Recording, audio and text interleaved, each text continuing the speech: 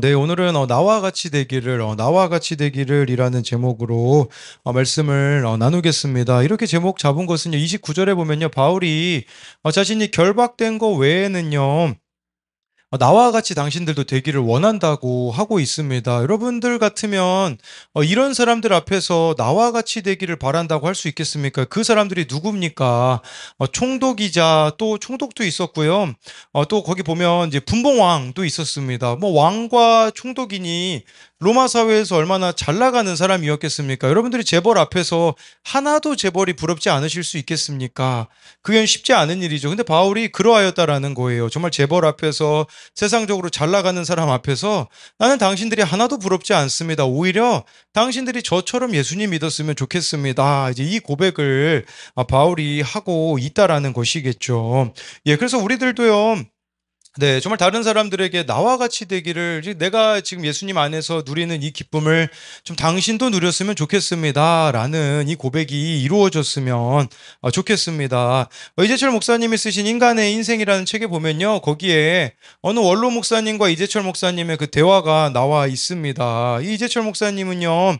좀 예수님을 제대로 믿으려고 이렇게 안 하는 것들이 있었었거든요. 그러다 보니까 막 주변에 다른 목사님들이 불편한 거예요. 굳이 그렇게까지 해야 되는가?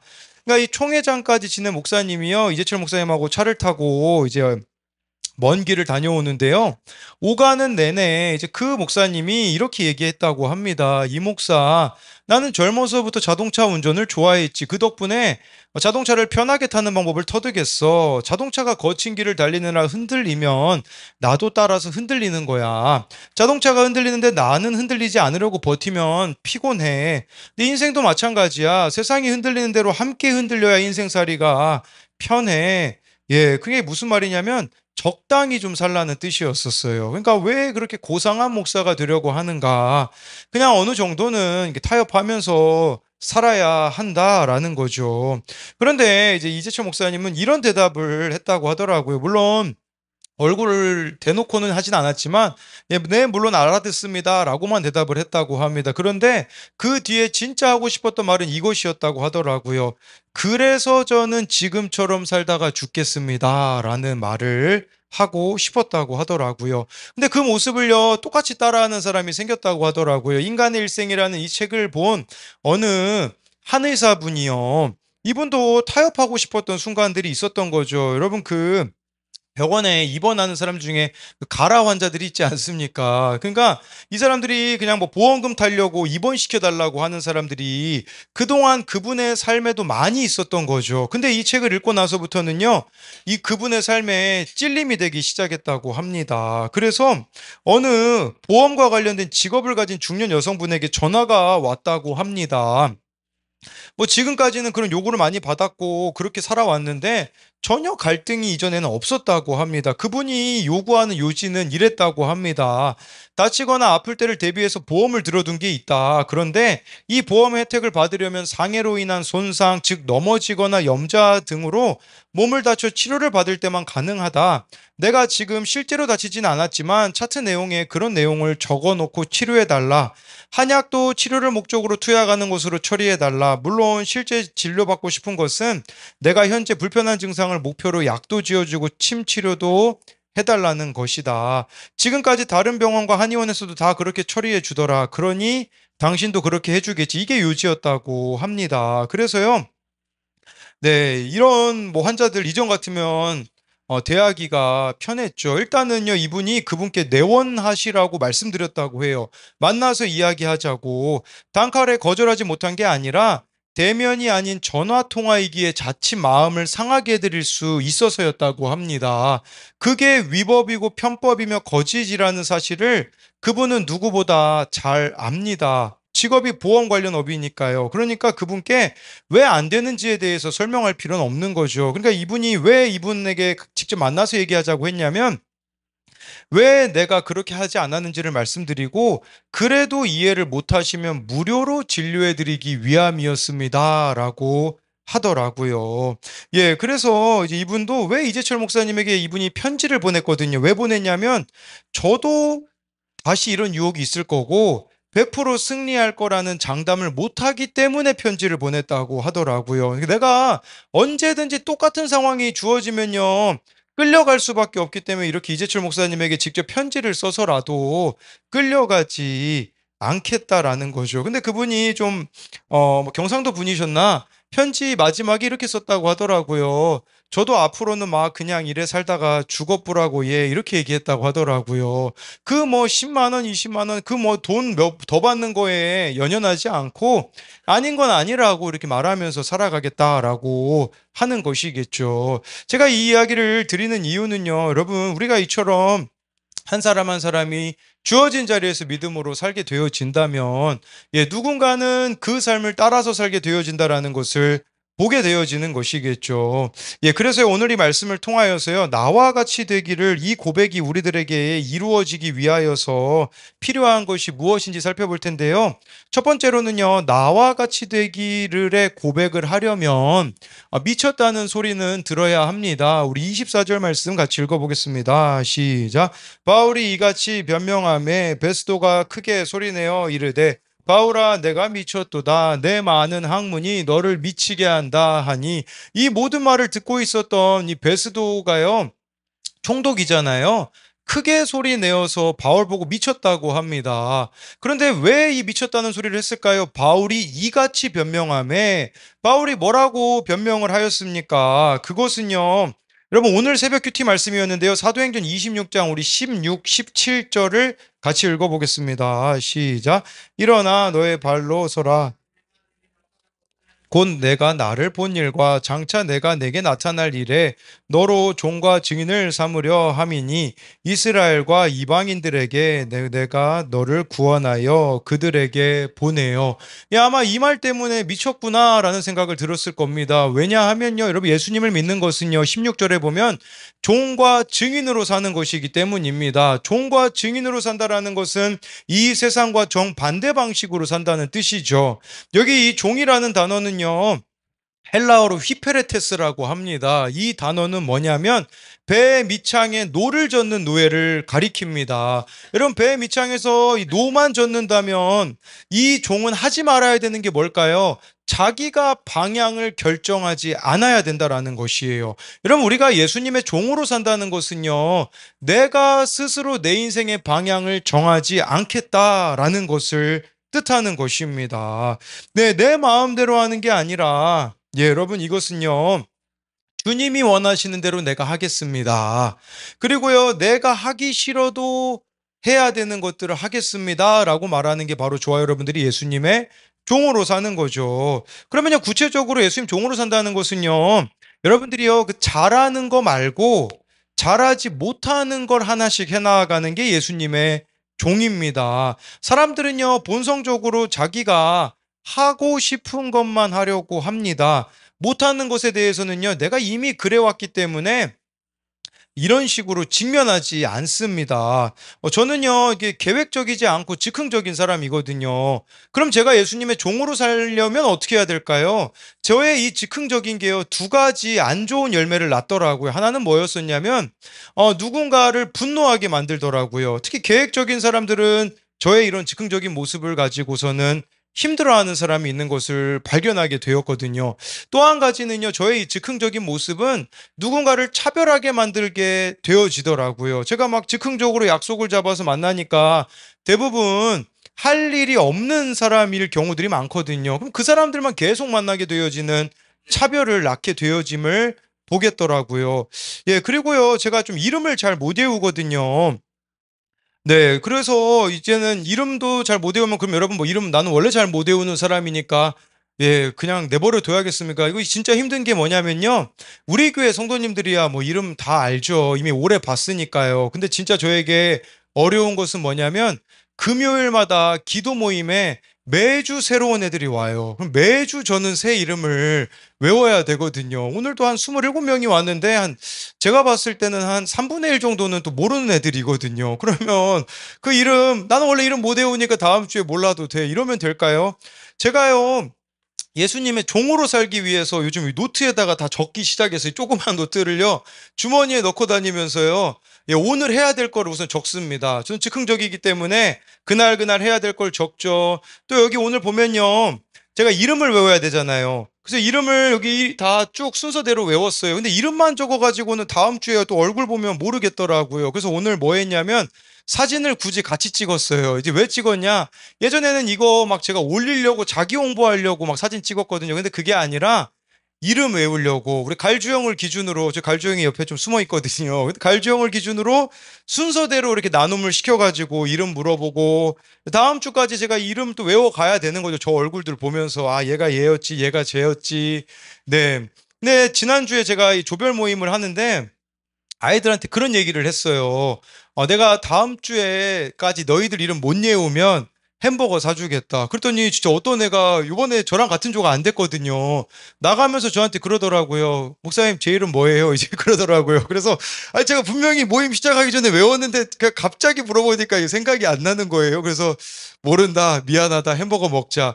예, 그래서 좀 의도도 있어요. 물론 제가 못 외운 것도 잘못이지만, 예, 또 밖에 가가지고 또 만나서 다시 교회로 데리고 오려는 또 그런 속셈도, 예, 왜냐면 걔 교회 안 다니거든요. 뭐 그런 꿍꿍이도 뭐 저에게 있습니다.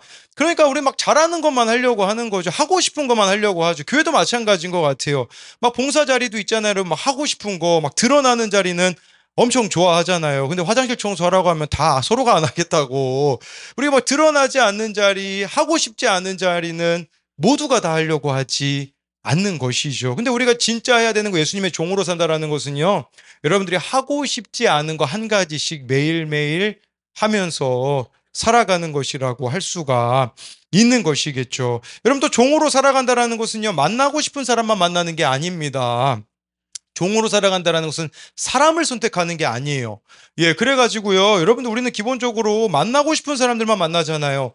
저에게는 만나기 좀 부담스러운 분이 그 70대 알코올 중독 분이신데, 워낙 술을 자주 먹으셔서 그때마다 이제 좀 쉽지가 않습니다. 뭐 시도 때도 없이 전화 오고, 전화를요 이제 좀 못 받아요. 이제 술 그분이 시작할 때 받으면 큰일 나요. 왜냐면 한번 받아주면 계속 전화가 와서 받아줘야 되기 때문에 좀 잠잠해졌을 때 그때 직접 찾아가는 요즘 적용을 하고 있거든요. 네, 그래서 오늘도 또 부지런히 제 핸드폰이 이제 울리길래 제가 보니까요, 제 지금 37년의 인생 가운데 가장 욕을 많이 먹고 있는 것 같아요. 그래서 그분이요, 전화 안 받으면 어찌나, 네, 카톡으로, 아니, 카톡이 아니라 그 문자로 저한테 이제 욕을 날리시는지, 네, 오늘도 욕 많이 먹었거든요. 그래서 이제 기도 모임 끝나고 이제 그분은 또 자기는 해장하는데 이제 국이 안 받는다고 햄버거 사오라고도 시켜가지고요. 예, 햄버거 사갔는데 이제 그런 생각이 들더라고요. 이분이 전화를 했을 때 자기는 책 읽는 걸 좋아하는데요. 아무 책이나 읽는 걸 좋아하니까. 그래서 제가 오늘 그 김양재 목사님의 그 네, 날마다 큐티하는 여자랑 내 인생 최고의 선택을 그 집에 놓고 왔거든요. 그래서 뭐, 예, 뭐 재미없으면 뭐 읽어보게, 뭐 그냥 뭐 그 눈에 띄니까 뭐 읽어보겠죠. 그래서 아, 이제 이러면 되겠다. 술 취하면 그 김양재 목사님 책 중고로 하나씩 사가지고 있잖아요. 하나씩 그냥 갖다 드려가지고 그 집 꽉 채우면 되겠다. 이제 이런 생각이 들더라고요. 아, 이후에 술 깨고 전화를 주셨는데 제가 이전에 그 주었던 십자가 목걸이 잃어버렸다고 하더라고. 술김에 뭐 어떤 아이한테 준 것 같다고. 사실 전혀 상처받지 않았거든요. 근데요, 제가 너무 큰 상처를 받았으니까 일요일 10시 반까지 순복음 아름다운 교회로 오라고 했어요. 그러면 제가 아주 너그러운 마음으로 용서해 주면서 월요일에 십자가 목걸이 하나 더 주겠다고 했거든요. 그러면 예수님의 종으로 산다는 것은요, 사람을 가리는 게 아니에요. 주님이 가라고 하시면 가고, 내가 원하는 사람을 만나는 게 아니라 주님이 만나고 싶어 하는 자들에게로 찾아가는 자가 되어야 된다라는 거겠죠. 여러분, 또 16절에 여기 증인으로 살아야 된다고 하잖아요. 이 종과 증인으로 사는 게 다 세상 사람들이 보기에는 미친 짓으로 보인다라는 뜻이거든요. 증인이라는 것은요, 보고 들은 자거든요. 날마다 우리가 말씀을 보고요, 가서 그 말씀대로 전해야 하는 것이죠. 정말 누군가의 삶이 잘못되었다면 잘못되었다라고 이야기해 줄 수도 있어야 되고요. 예, 저 같은 경우는 증인으로 산다는 게 말씀의 원칙과 질서대로 살아가기 때문에 이게 좀 우리를 다 불편하게 하는 부분들이 있어요. 우리는 그냥 좋은 게 좋은 사람들이거든요. 근데 그게 아니라 하나님 입장에서 생각해 보는 거예요. 하나님께서는 어떻게 하는 것을 기뻐하실까? 저 사람을 구원하기 위해서는 내 방식이 아니라 어떤 방식으로 나아가는 게 하나님의 방식일까를 고민하고 적용하는 사람이 바로 여기 나와 있는 증인이라고 할 수가 있는 것이겠죠. 저는요, 누군가에게 이 쓴소리 하는 게 정말 힘들어요. 왜 그러냐면, 인정 중독자거든요. 여러분, 인정 중독자는요, 누구 한 사람이라도 나를 싫어하는 사람이 있으면 안 되거든요. 근데 누군가에게 필요한 말을 해줄 때면 정말 많은 고민이 있어요. 그래서 막 제가 가끔씩 막 장문으로 이렇게 글을 써서 보낼 때가 있거든요. 그럼 그날은요, 상대방에게 답장이 올 때까지 저는 계속 긴장 상태예요. 혹시 이것을 보고서는 안 좋게 받아들이면 어떠한 것인가? 증인으로 산다라는 게 그런 거거든요. 상대방이 듣든지 듣지 않든지 전하는 것이죠. 여러분, 예배 자리도요, 제가 그 비법을 한 가지 전수받은 게 있어요. 뭐냐면, 여러분 얼굴 안 보고 설교하기 기술이 생겼어요. 제가 여러분들 얼굴 보면요, 좀 좌절이 돼요. 왜냐하면 어떤 분들은 좋으시고 어떤 분들은 안 들으시는 게 다 보이고 상처가 되더라고요. 그럼 저 같은 경우는 내가 여기서 설교해봤자 무슨 소용이 있나라는 생각을 이전에는 한 적이 있거든요. 증인으로 산다라는 것은 뭐겠습니까? 듣든지 듣지 않든지 나에게 주신 그 말씀을 그냥 전하는 거예요. 상대방이 안 좋게 받아들이든지 졸든지 상관하지 않고 주님이 주신 말씀을 전하는 자가 되어져야 된다라는 것이겠죠. 베스도는요, 이런 바울의 삶을 보고서는 바울에게 미쳤다고 한 것이죠. 아니, 어떻게 저렇게 사람들을 선택하지 않고 만날 수 있을까? 예, 그럼 어떻게 저렇게 사람들이 안 변하는데도 가서 예수님을 전할 수 있을까를 볼 수가 있는 거겠죠. 이 종과 증인으로 우리가 살아간다면요. 여러분, 세상에서는 미쳤다는 소리를 들을 수 있어야 됩니다. 근데 그게 내가 진짜 그리스도인이라는 증거인 것이에요. 지금 한 번도 왜 이렇게 예수님을 고상하게 믿냐? 예수님한테 미쳤냐? 예수쟁이냐? 이런 얘기를 한 번도 안 들어봤다면 한번 점검해 봐야 되는 거예요. 내가 너무 많은 타협들을 세상과 하고 있기 때문에 그런 소리는 듣지 못하였다라는 것이겠죠. 우리 계속해서 이제 25절 말씀 읽어보도록 하겠습니다. 시작. 바울이 이르되 베스도 가까이 참되고 온전한 말을 하나이다. 네, 바울이요, 베스도 각하여라고 말합니다. 이것은요, 극존칭이죠. 뭐, 바울이 아부하기 위하여서 각하라는 말을 붙였겠습니까? 그런 게 아닙니다. 자신을 미쳤다고 말하기 때문에 미치지 않았다라는 것을 말하기 위함인 것이죠. 그리고 그가 정말 구원받기를 원하기 때문에 이렇게 말 한마디도 조심히 하는 거예요. 이거를요, 김양재 목사님은 칼날 위에 물방울처럼 가야 된다고 표현을 하시거든요. 칼날 위에 그 물방울처럼 조심해야 된다라는 거겠죠. 그러니까 이 베스도에 대하여서 혹시 이 그가 예수님을 안 믿을까봐 바울은 이렇게 조심스럽게 나아가는 것이겠죠. 그럼 우리 주변에도 예수님 안 믿는 사람이 있지 않습니까? 그러면요, 칼날 위에 물방울처럼요, 조심하셔야 됩니다. 내가 말을 하려고 할 때도 있잖아요. 혹시 이 말을 들으면 상대방이 어떻게 반응할까? 내가 이 행동을 하면 상대방은 어떻게 여길까를 고민해 봐야 된다라는 것이겠죠.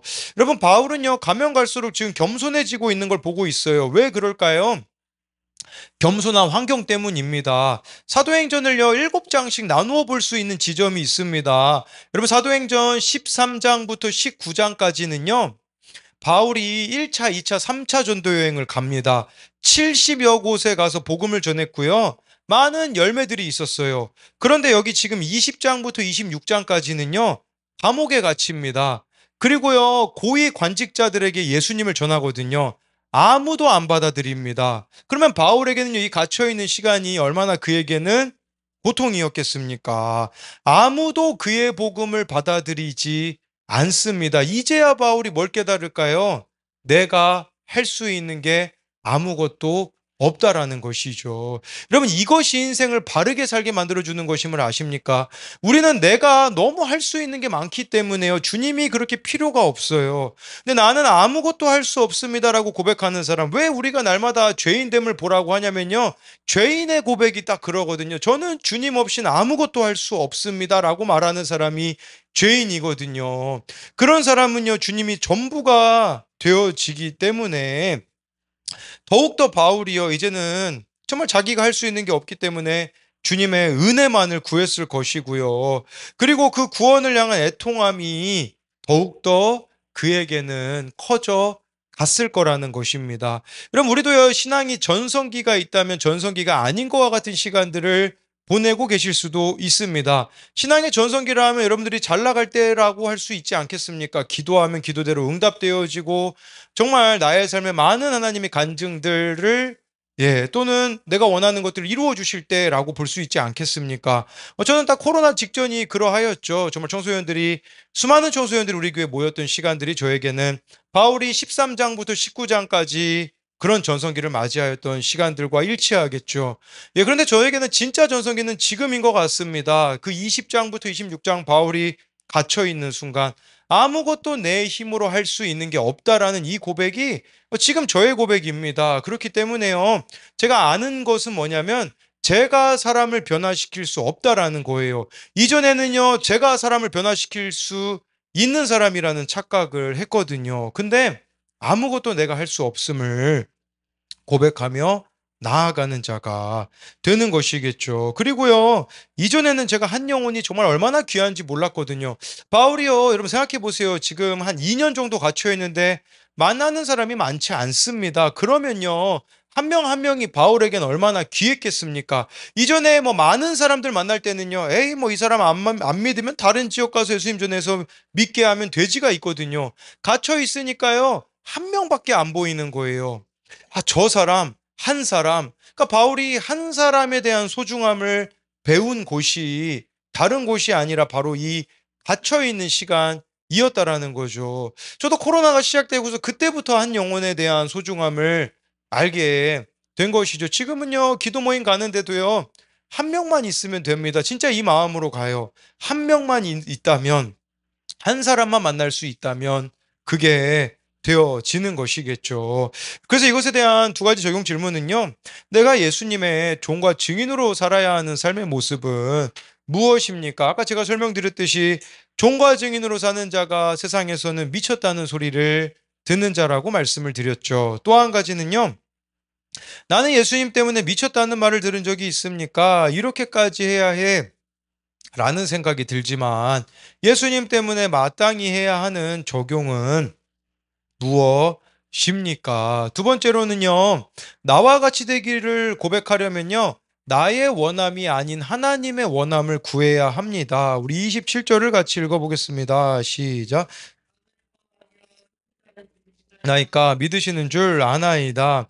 네, 바울은 아그리파 2세 왕에게 선지자를 믿으시나이까? 라고 묻습니다. 헤롯 아그리파 2세는 헤롯 대왕의 후손입니다.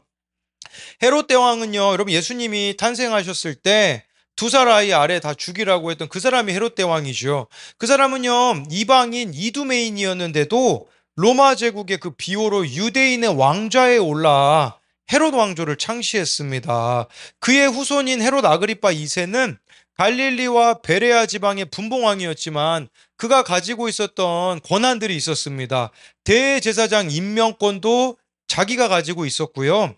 성전 총책임자 역할도 하고 있었습니다. 그러니까 이 아그리파 2세는요, 구약 성경을 알았던 자였던 것이겠죠. 그러면요, 바울이 왕이여 선지자를 믿으시나이까? 라고 하면요, 믿는다고 해야 정상이거든요.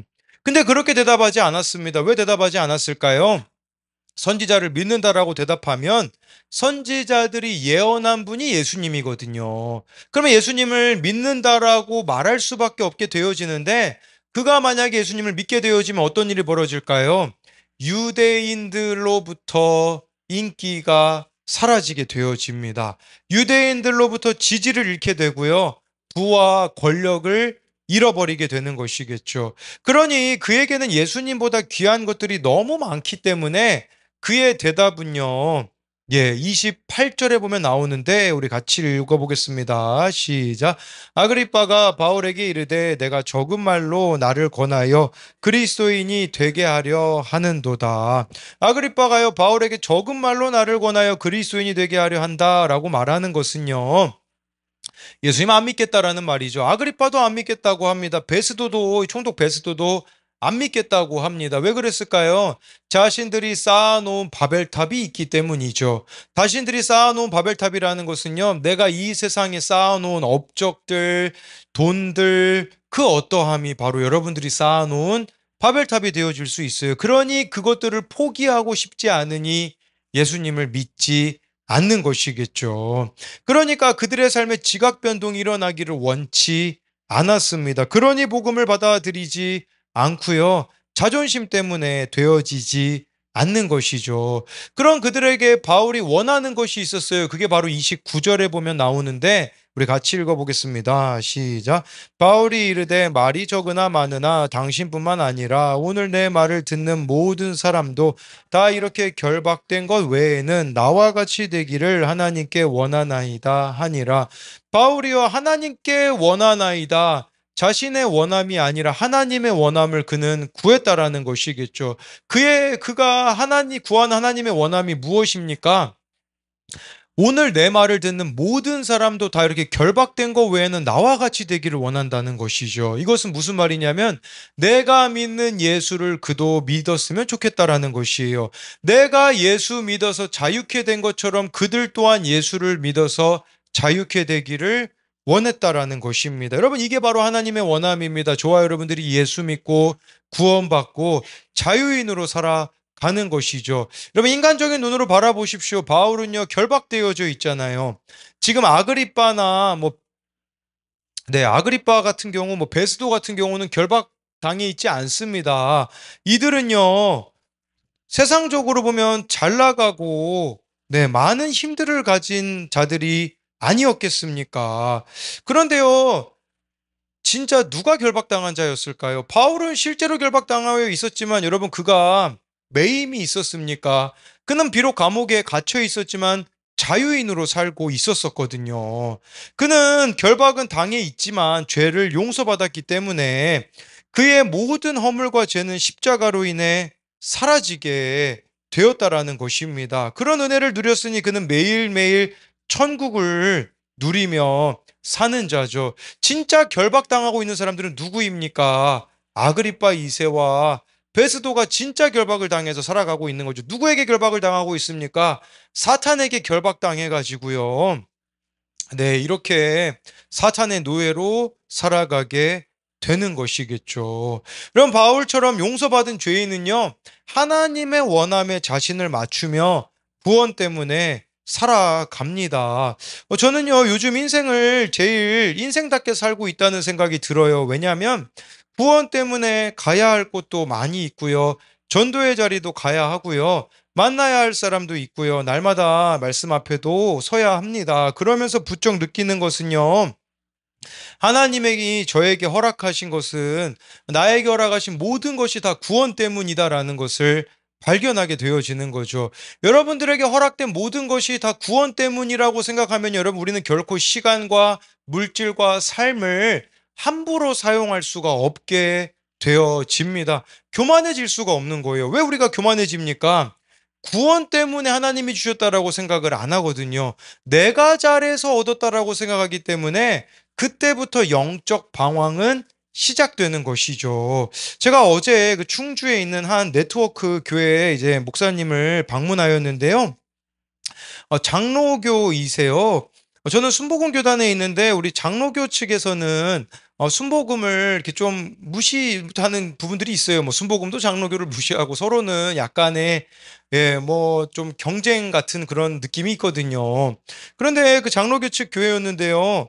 아무 편견 없이 저를 이렇게 받아주시더라고요. 그분은 담임 목사님이고 저는 부목사인데, 그럼 제가 그 담임 목사님하고 그 무슨 얘기를 그렇게 할 수가 있겠습니까? 근데 대뜸 그 목사님께서 저에게 우리들 교회 그 특별 새벽 기도회랑 그 목회자 세미나 패널로 왔었을 때 그때부터 팬이라고 하시면서 마음을 여시더라고요.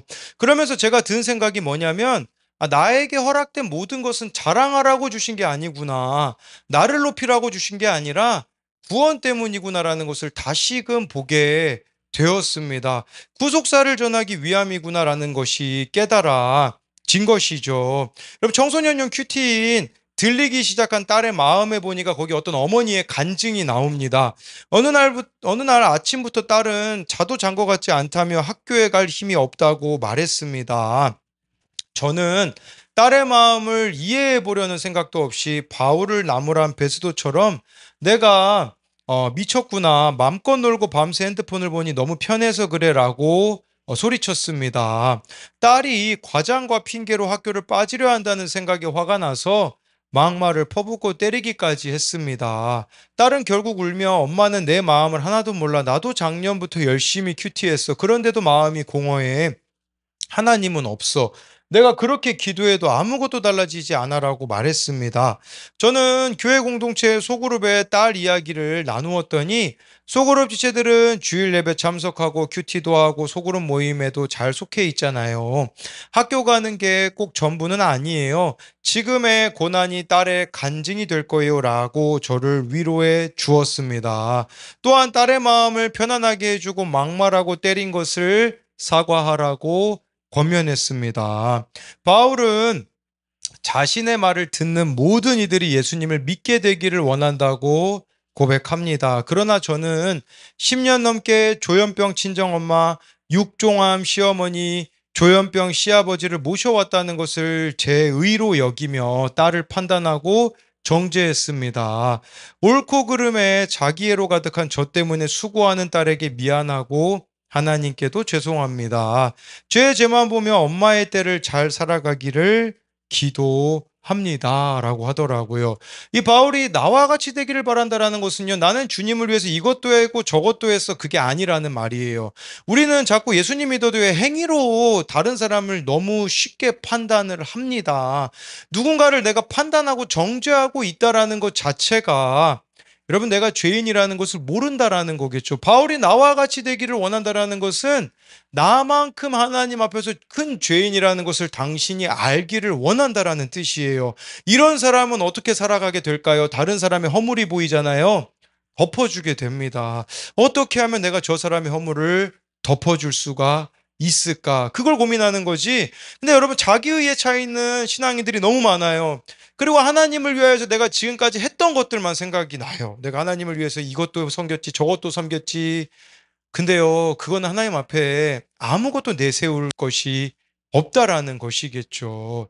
예, 우리가 이 바울과 같은 이 고백이 되어지기 위하여서는 정말 이 어머니의 고백처럼 제 죄만 보며 엄마의 때를 잘 살아가기를 기도한다라는 그런 부분이라고 할 수가 있는 것이겠죠. 네, 그래서요. 저는 매일매일 연락이 오거든요. 이제 뭐 오늘도 뭐 수많은 연락들을 이렇게 좀 받게 되었습니다. 그래 가지고요. 뭐 자꾸 우울하다는 청년이 있고 네 뭐 계속해서 똑같은 말을 이렇게 반복하는 청년도 있고요. 뭐 다양한 카테고리의 청년들도 있고요. 제가 아까 우리 술만 드시면 저한테 연락해 주시는 분 네 그분이 저한테 뭐라고 문자 보내는지 여러분들이 잘 몰라서 제가 예 알면 좀 많이 힘들 거라는 생각이 들더라고요. 제가 그래서 오늘 좀 문자를 저한테 보낸 문자를 이렇게 제가 가지고 왔거든요. 뭐 내용이 뭐 술 먹으면서 그냥 보내 가지고요. 뭐 약간 그런 내용이에요. 뭐 다른 내용은 다 빼고요. 지금 서운하다는 거예요. 내가 전화 안 받아 가지고요. 거기다 뭐라고 마지막에 써 놨냐? "그래도 전화 한 통 주셔야지 나 죽어 아산경찰서에다가 신청했대요." 뭐라고 신청했냐? 자기가 죽으면 아름다운 교회 가시라고요. 그리고 뭐 "집 오세요." 뭐 "제가 잘못이에요. 저는 고맙습니다." 뭐 아무튼 뭐 제정신으로 보낸 건 아닌 것 같아. 이게 오전 11시 이제 36 분에 온 거거든요. 근데 제가 오후에 만났잖아요. 찾아갔잖아요. 답장이 왔거든요. 이렇게 오더라고요. "평생 고마운 우리 목사님 고맙습니다." 왜 오후 6시 8분에 온 거거든요. 이 이야기를 왜 드리냐면요. 여러분들에게 말씀드리고자 하는 것은요. 내 죄 보고 가는 거예요. 이렇게 그냥 처음에 이런 얘기를 들을 때는요. 저도 전 문자 받았을 때는 왜 혈기가 안 올라오겠습니까? 내가 지금 놀고 있는 게 아닌데 시간이 없어 지금 남는데 안 가는 게 아닌데 왜 이렇게 내 마음을 모를까라는 생각이 저라고 왜 들지 않겠습니까? 근데요. 그냥 다시 한번 생각해 보는 거예요. 뭐라고 생각해 보냐면 하나님은 어떻게 하기를 원하실까? 그러면 저는 그냥 갔다 오면 되는 거죠. 그리고 잠깐 갔다가 왔을 때 이런 고백으로 바뀌게 되어지는 것처럼 우리 또한 여러분 우리도요 자기 의로움이 올라오고요 자기 혈기가 올라오고요 자기 자아가 올라올 때가 우리들에게도 있을 수가 있어요. 근데 바울이 나와 같이 되기를 바랍니다라는 그 고백은요 디모데전서에서 그가 했던 고백, 자신을 죄인 중에 괴수라고 고백하였던, 나보다 더 끔찍한 죄인은 없습니다, 이 고백만 우리들에게 있다면 사랑하지 못할 사람이 여러분들에게 누가 있겠습니까? 그래서 정말 그 고백을 가지고 살아가고 살아내는 여러분이 되었으면 좋겠습니다. 그래서 이것에 대한 적용 질문은요, 내가 그리스도인이라는 것을 감춘 적이 있습니까? 그 이유는 무엇입니까? 그래서 이 아그리빠가 예수님 믿을 수 있는 그 상황이 주어졌지만 유대인들의 지지를 잃어버릴까봐 예수님을 안 믿었던 것처럼 우리도 나에게 불이익이 될까봐 그리스도인이라는 것을 혹시 감춘 적이 있다면 언제가 있는지, 이유가 무엇이었는지를 생각해 보고요.